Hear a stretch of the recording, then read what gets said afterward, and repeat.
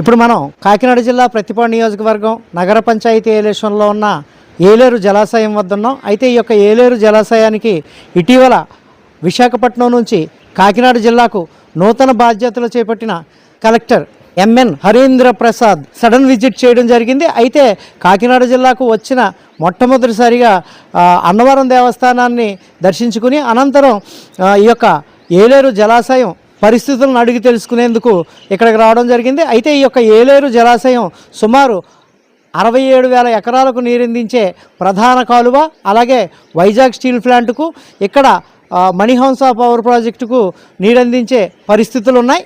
అయితే ఏలేరు జలాశయానికి సంబంధించి స్థితిగతులను తెలుసుకునేందుకు కలెక్టర్ రావడం జరిగింది. అయితే ఈ నేపథ్యంలో కలెక్టర్ ఇక్కడికి చేరుకున్న తరువాత ప్రెస్ మీట్ నిర్వహించే అవకాశం కూడా ఉంది. కాబట్టి కలెక్టర్ ప్రెస్ మీట్లో ఏం మాట్లాడతారు అనేది చూపించే ప్రయత్నం చేద్దాం.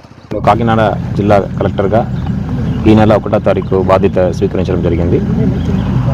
ఈరోజు మన ఏలేశ్వరం ప్రాజెక్ట్ని విజిట్ చేయడం జరిగింది. ఇక్కడ ఏ విధంగా వాటర్ మెయింటైన్ చేస్తున్నారు, నిల్వ చేస్తున్నారు, అదేవిధంగా త్రాగునీళ్ళకు మరియు వ్యవసాయానికి ఏ విధంగా సరఫరా చేస్తున్నారు అనేది ఇక్కడ ఉన్న స్థానిక ఇంజనీర్ని అడిగి తెలుసుకోవడం జరిగింది.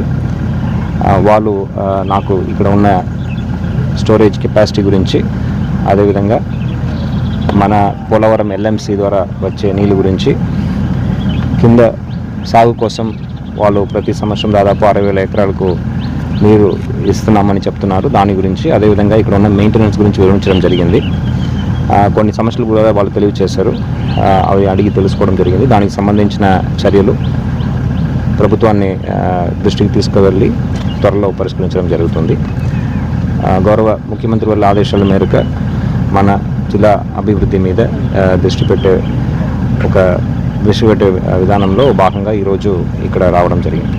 Thank you sir. ఇక్కడ ప్రధానంగా నెలకొన్న సమస్య ఏంటంటే అండి, స్టాప్ లేరు సార్. ఇక్కడ దీనికి కావాల్సినంత స్టాప్ లేరండి. గతం నుంచి కూడా వార్తలు చేస్తున్నామండి. అలాగే 4th గ్యాప్లో వచ్చి స్టీల్ ప్లాంట్కి నీరందించే గేటు పూర్తిగా డ్యామేజ్ అయిపోయిందండి. దాన్ని ఇప్పటి వరకు రిపేర్లు కూడా చేయలేదండి. కొంతమంది చేశారు కానీ ఆఫ్ చేసేసారండి మధ్యనే కాంట్రాక్టర్. ఓకే అండి. ఈ 2 అంశాల గురించి కూడా ఈ గారు చెప్పడం జరిగింది.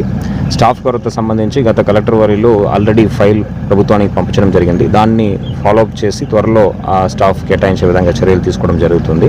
స్టీల్ ప్లాంట్కి ఏదైతే నీటి సరఫరా చేస్తున్నామో దానికి సంబంధించిన గేట్ గురించి కూడా విస్కో వారు, జనరల్గా ఇండస్ట్రియల్ వాటర్ సప్లై కార్పొరేషన్ ఉంది విశాఖపట్నంలో, వారితో మాట్లాడి ఆ కాంట్రాక్టర్ ఎవరైతే ఉన్నారో వాళ్ళకి వెంటనే నోటీస్ ఇచ్చి త్వరలో ఆ గేట్ పరిష్కారం కూడా చేయడం జరుగుతుంది. అలాగే లెఫ్ట్ కెనాల్ ఏదైతే ఉందో విశాఖ స్టీల్ ప్లాంట్కి నీరు అందించేది, ఆ కాలువ సరిహద్దుల్లో ఎప్పుడు కూడా యాక్సిడెంట్లు తరచూ జరుగుతున్నాయి సార్. దాన్ని కూడా పట్టించుకునే పాపను పోలేదు సార్ మన ప్రభుత్వం. షూర్, ఇది ఇప్పుడే నా దృష్టికి వచ్చింది. తప్పకుండా అది ఏ సమస్య ఉందో దాన్ని వెంటనే అధికారులతో పరిష్కరించే విధంగా చర్యలు తీసుకోవడం జరుగుతుంది. Thank you. అయితే ఇప్పుడే కలెక్టర్ ప్రెస్ మీట్ నిర్వహించడం జరిగింది. దీనికి సంబంధించి అధికార్ న్యూస్ అడిగిన ప్రశ్నలకు సూటిగా సమాధానం చెప్పడం జరిగింది. వీటన్నిటిపై కూడా అధికార్ న్యూస్ ఏవైతే ప్రశ్నలు లేవనెత్తిందో, ఈ ఏలేరు ప్రాజెక్టుకు సంబంధించి 4th గ్యాప్లో స్టీల్ ప్లాంట్కి నీరందించే గేటు అంశం, అలాగే కాలువ గుండా శ్రీరాయవరం ఏలేశ్వరాన్ని కలిపే రోడ్డు మార్గంలో ఉన్న తిమ్మరాచెరు ఆయుగట్టుకు చేర్చి ఏలేరు కాలువపై ప్రమాదాల గురించి కూడా అధికార్ న్యూస్ కలెక్టర్ని ప్రశ్నించడం జరిగింది. ఏలేరు జలాశయంలో సిబ్బంది కొరత నిమిత్తం కూడా అధికార్ న్యూస్ ప్రశ్నించడం జరిగింది. వీటన్నింటిపై కూడా కలెక్టర్ దృష్టి సారించి ఏలేరు రిజర్వాయర్ గుండా నెలకొని ఉన్న సమస్యలన్నీ కూడా ప్రభుత్వ దృష్టికి తీసుకెళ్లి పరిష్కార మార్గం చూపిస్తానని అధికార్ న్యూస్కి సూటుగా తెలపడం జరిగింది. Thank you very much. Cameraman వెంకటేష్తో అధికార్ న్యూస్.